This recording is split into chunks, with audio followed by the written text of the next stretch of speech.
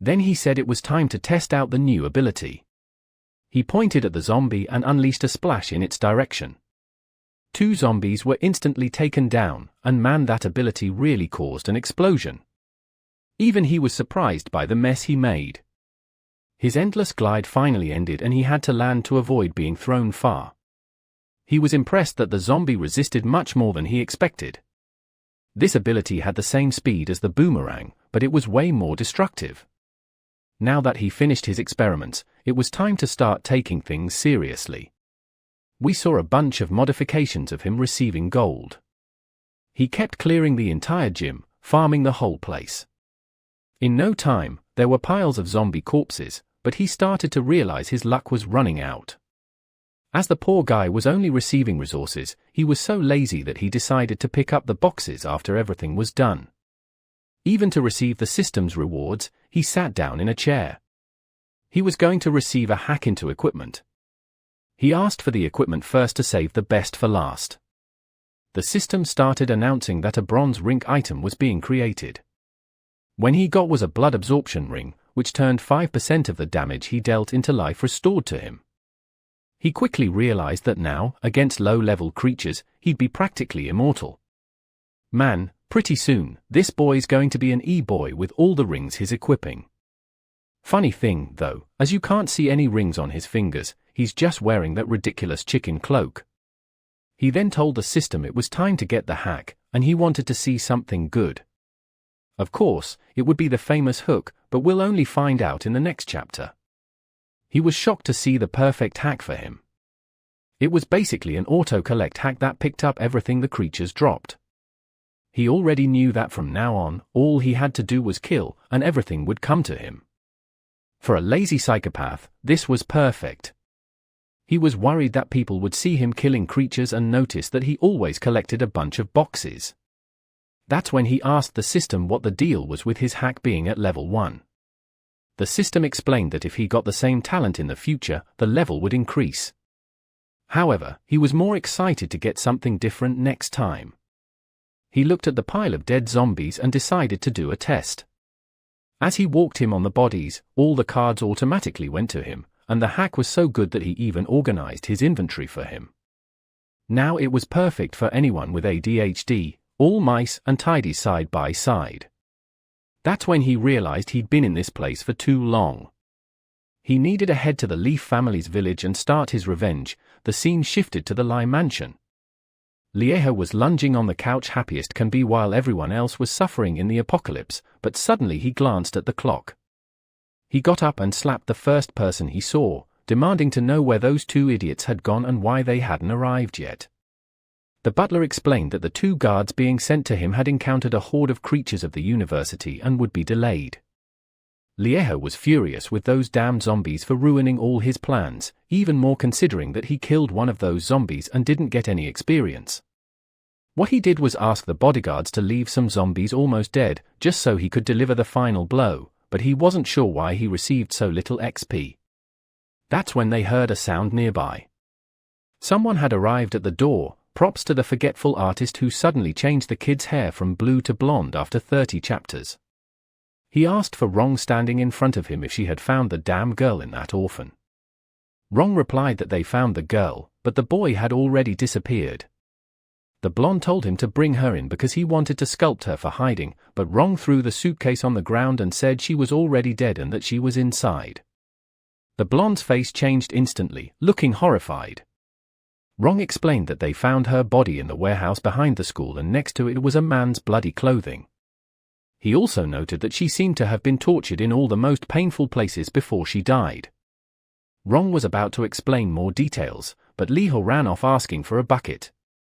At that point, Rong said that whoever did this probably hated the girl a lot. And he added that whoever did this might come after Liho as well. Liho dismissed the idea of saying it must have happened because she was the prettiest girl on campus. Then he remembered that the person who probably hated her the most for everything she did was Lindsay. But it was impossible that Lindsay was that strong being an orphan without anyone's support. They still hadn't revealed a big surprise, so there was no way Lindsay could know she had been betraying him. Rong asked if this Lindsay was the son of Lin Jian. Li Hao said yes, and Rong replied that whether strong or not, Lindsay had someone extremely skilled helping him. Maybe the 100 bodyguards they brought wouldn't be enough. Li Hao asked how that was possible if Rong was one of the top 10 strongest in Dragon City. He ordered Rong to either go back to training or bring more bodyguards, do whatever it took to make sure he didn't die. Rong reassured him not to worry, that he would risk his life to protect him. Man, Rong said he's willing to die for this kid. Clearly, he's not too fond of living. Meanwhile in the forest, zombies were falling one after another. Our boy had already reached level 8. He was impressed by how quickly he was leveling up without even entering a dungeon. And now he was standing face to face with Li Hao's mansion, eager to sell the score of the bastard. At the mansion, troops were patrolling everywhere. Our boy was expertly hidden up in a tree. He climbed down across the lawn and pressed his secret lever. With that, a passage that few knew about opened up. Even with so many guards in this place, they didn't stand a chance against someone who knew everything. As he got closer to the house, he observed in hiding. He quickly recognized the group as part of the mercenary guild. In his past life, this was the group Li Hao trusted most and the one he hated the most. It's a shame that he had been watching this family for a long time. So far, the troop seemed well organized and he hadn't found many weaknesses. But then something caught his attention. He recognized that man as the infamous Rong Zhong. In his past life, this guy became a war god and was always the leader of the mercenaries. Eventually, Li Hao ordered this guy to hunt him down. Many times, he found himself surrounded. Rong was definitely one of the worst enemies he faced. However, he had escaped Rong so many times that the guy even earned the title of the Disgraced. It was probably fate that they met again like this. At that moment, Rong sensed something. He turned around and our boy barely managed to hide. It was dangerous, but it would be perfect if someone so crucial to this family died early on. He put on the mask that hid his presence, and at that very moment, the guards passed right by him. I knew that thing helped hide his presence, but damn, the guy was standing right there and nobody saw him. Our boy was anxious not to miss this opportunity. But Rong remained alert, wondering why he had this feeling that someone was watching him. He told the others to increase security around the place, thinking he needed to kill whoever was nearby. Time passed and was already midnight. On the sofa in the living room, Li Hao said it was ridiculous to think someone was out there. He was sure there were only zombies outside, but Rong said it was better to be cautious because he was certain they were being targeted. Li Hao threw his watch on the floor, calling the guy a bastard for taking so long to come and kill him, making him lose sleep. One of the servants said that if he was so bored, they could find something for him to do. The excited one said she had an idea and asked Rong if he hadn't captured a zombie today.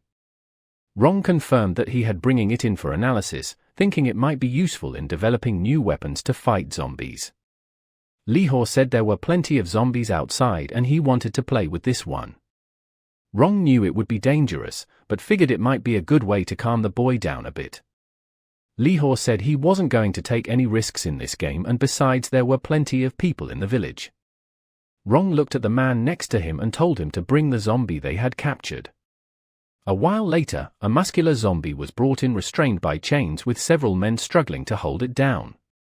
Clearly, this creature wasn't at a normal level. Li Hao, however, didn't hesitate and ordered them to bring the large cage. Inside were 6 girls all staring at each other, trying to figure out what was about to happen. As soon as he rang the bell, all of them flinched in fear. The girls were going wild to bang you on the bars of the cage. It was clear that Li Hao also had some mental issues. It seemed like this was an apocalypse for people with an IQ of 16. With that, he handed the key to one of the men, telling him to open the cage because he wanted to play a little game. The men entered and brought the zombie in. Li Hao told them to place it at the entrance, remove the chains, and throw it inside the cell. Suddenly, a man knelt down behind him, begging him not to do it because it was too cruel. Another man issued to apologize for the kneeling man, explaining that he was new to the place. Li Hao approached the man and asked if he was trying to give him orders. The man on the ground kept repeating, begging for the girls' lives. The other resided him quickly out of that he would never dare to give orders to the young master.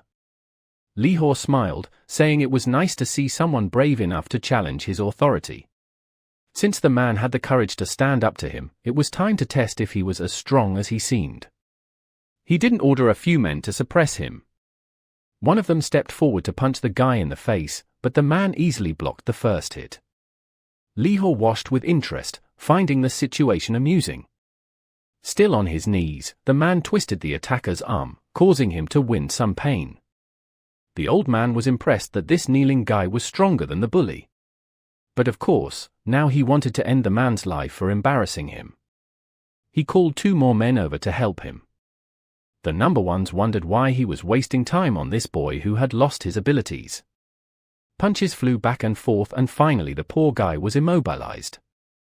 Now he was taking a beating with punches landing squarely on his face. The guy turned into a punching bag. However, Li Hao